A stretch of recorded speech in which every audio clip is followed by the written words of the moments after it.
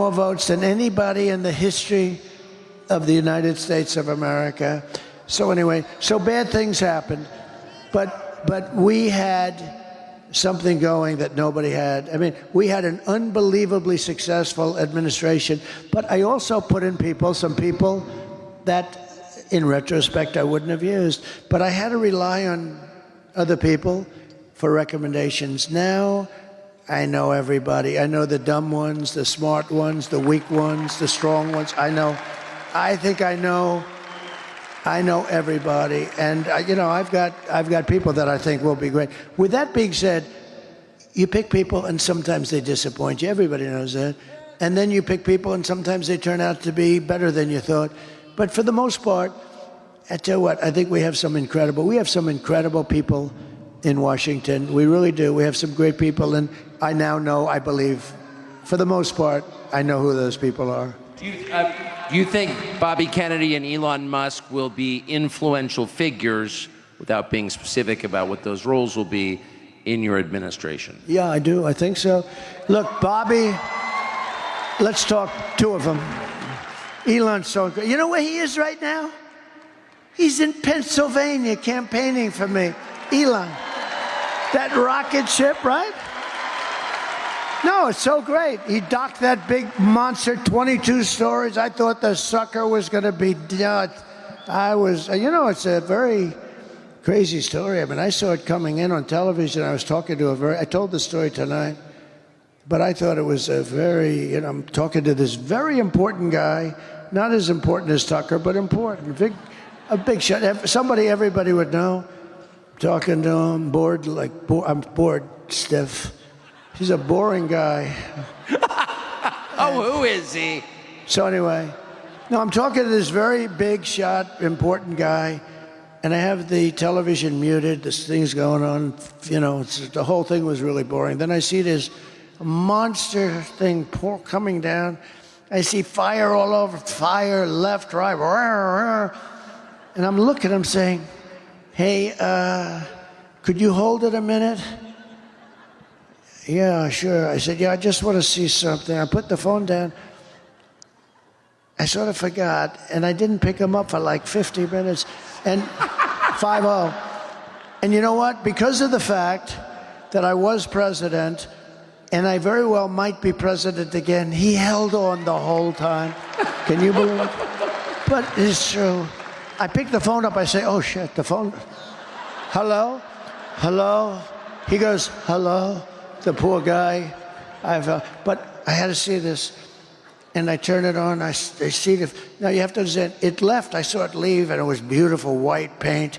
Now it's coming down, and it's just dark brown. It's coming down at 10,000 miles an hour or something. I think it's 10,000. It's coming down at levels of speed that nobody ever even conceived of. And it's all burned and where it's rough. But it's coming, and now it's turned around. It turns around. And you have the gantry, the big, beautiful gantry. And it's coming, and it's going to, I said, oh, it's going to crash, because you see at that bottom, this section right here, that sucker's, oh, I'm going, come on, baby. Come on. And I didn't know, actually, if I'm watching a science fiction movie or am I watching the news. I didn't know what the hell I'm watching.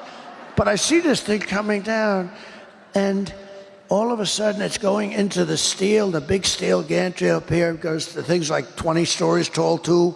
It's going to crash. I said, oh shit, it's going to crash. Coming down. And the lower section, right, it's coming right, it's ready. And then all of a sudden, whoa, fire, flames come pouring out of the lower section. It's jets. And they're pushing it over right here. And then it comes down. And I'm saying, I mean, is that the coolest thing you've ever seen, right? Is that the coolest? If you don't think I want a guy like that working for us, so, we've got to cherish our brilliant people. They don't treat him right. We've got to cherish our brilliant people, because we don't have too many of them. Nobody does. Nobody does. So, Elon, I'll talk Elon first. Elon wants to, by the way, I'm having a great time up here. Are you having a good time? This guy. Is he the greatest interviewer? He asked me one little question. I talked for 20 minutes, and they're going to say he's better than Larry King at his prime, right? It's an easy job. Is that the greatest? you're an easy interview. He is great at what he does. There's few like him, I will tell you that. So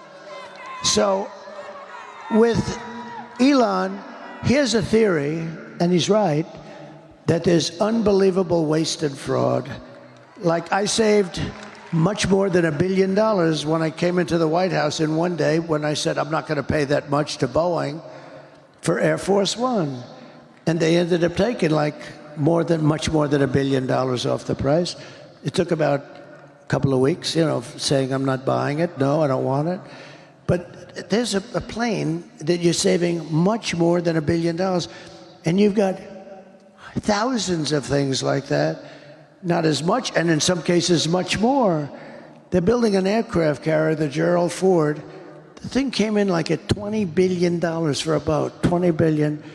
And it doesn't work because they decided to use electric catapults that throws the planes off instead of steam.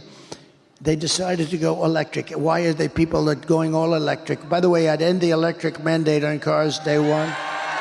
You should have electric, but you got to have gasoline, you got to have everything. That'll come off on day one. Many things will be done on day one. Your head will spin when you see what's going to happen, the stupidity. But what I like about Elon, Elon's a great cost cutter. And Elon thinks he can cut the costs of our government by $2 trillion. Think of it. That's the entire deficit, because it's now at a level. By the way, we have the biggest deficit we've ever had under this stupid group of people. But he thinks he can cut $2 trillion without affecting anybody, just through, and I think he can do that. I do. I believe that. And that's really what he wants to do. He doesn't want to work. He doesn't want to become a secretary of something. I'd love to have him, to be honest with you. But he doesn't want to. He's doing a couple of other things, like rocket ships. He sends, Tucker, he sends 92% of the rockets that go up are his rockets. Think of that. Russia, China, and us, 92% are him. And he's the only one. I asked him, I said, are you the only one that can do that? He's the only one that can land it like that. And he said it'll be years before they can do it. He's a great guy. He wants to cut costs. That's what he wants to do. He wants to save the country. He said that if Trump doesn't get elected, the country is finished because, he understands me. And I understand. I got to know him a little bit in the White House, but much more so over the last few months. He endorsed me. He gave me an endorsement that was so beautiful. He said, if Trump doesn't win, I think this country is finished. He's worried about the country. He's worried about it. He thinks he can save $2 trillion, in which case we don't have a deficit. The whole thing would be $2 trillion a year, by the way, a year. And I will definitely, now, Bobby is great. The only thing I'm a little bit worried about with Bobby, so I want him to work on health, and I think there's nobody like him. I think he's right with so much of the things he's talking about, because, we're not a healthy country. If you look at some of the countries in Europe, they're much more healthy than us. We're a rich country. We got to get rid of a little debt, but that's okay.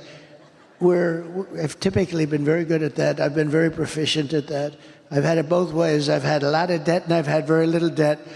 And as you get older, having very little debt is much better, believe me. But you know what? He really wants to, with the pesticides and all the different things. I said he can do it. He can do anything he wants. He wants to look at the vaccines. He wants everything. I think it's great. I think it's great. The only thing I say to Bobby is, leave the liquid gold under our feet alone. We want to have a little gasoline. Because you know what I'm going to do? We're going to unleash much of that. And we're going to, Germany tried to go all green and they almost destroyed their country. And that was the end of Angela, by the way. That was it for Angela. They went all green. They had windmills all over the place. And the wind stopped blowing for a couple of weeks. And that was almost the end of Germany, actually.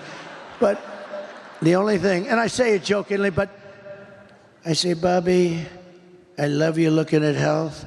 I want you to take care of the women of this country, the men of this country, and the children of this country. You don't have to worry about anybody else. But the one thing you got to do for me, Bobby, is leave what's under my feet, the oil and gas. You leave that to me, Bobby, because we're gonna make so much damn money, and it's clean. It's gonna make it clean. We're gonna make, look, China doesn't have that. That's why China's going electric. If we go electric, we're playing right into their hands. We have oil and gas. They don't. They have things for making the batteries and other things. They're going to make the electric cars. We're not going to be making the electric cars. The problem with the electric cars, and I think they're great in a smaller application, they don't go far, they cost too much, and they're going to be made in China. 3 minor problems, okay? But if you listen to this government, they want to make army tanks electric because they want to invade countries with their army tanks in a very friendly way from the pollution standpoint. The whole thing. You know what you have to do? The batteries are so big, they have a design where the army tank is going in and they have like a wagon, like a child's wagon with these massive batteries. We're going to have these green wars? These people are crazy. No, they want trucks to be all electric. The problem is they don't go far. That's a problem. You know what else is a problem? So the trucking industry comes to see me because they think I'm going to win. And they come in to see me.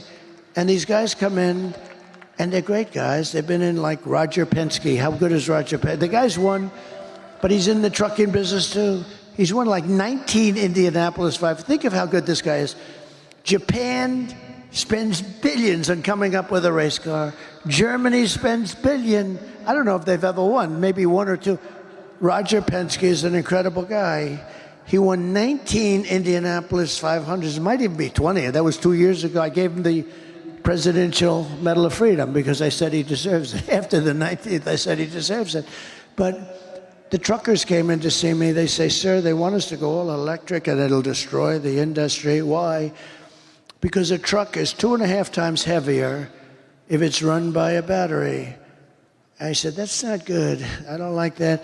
What does that do to the bridge? He said, how did you pick it up so fast, sir?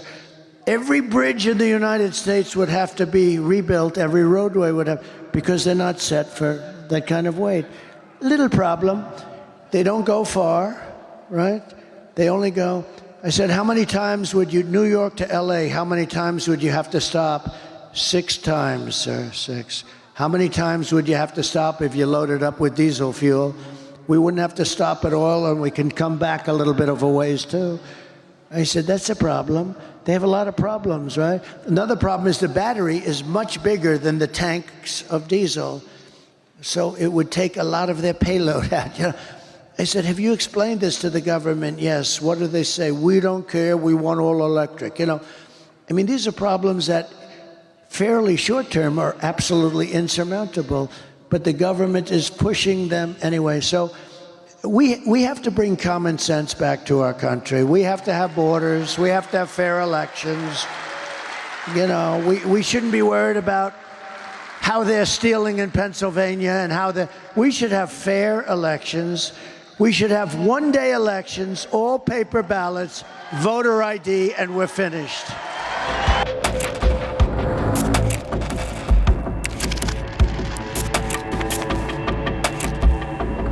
Times of India videos, your daily dose of India and the world.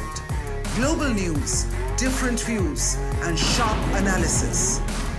Pressure of expectation from your fans, your supporters. That is often served as a backdrop for several Bollywood. You're not a brute majority anymore. If you individually take out data. Making sense of global conflicts. Tracking the new emerging world order. Strike on Israeli military bases. A multi-pronged. To stay out of harm's way as Israel started bombing targets across. Understanding changing alliances in a polarized world. Tune into TOI videos for all this and more. Click on the bell icon to subscribe and never miss an update.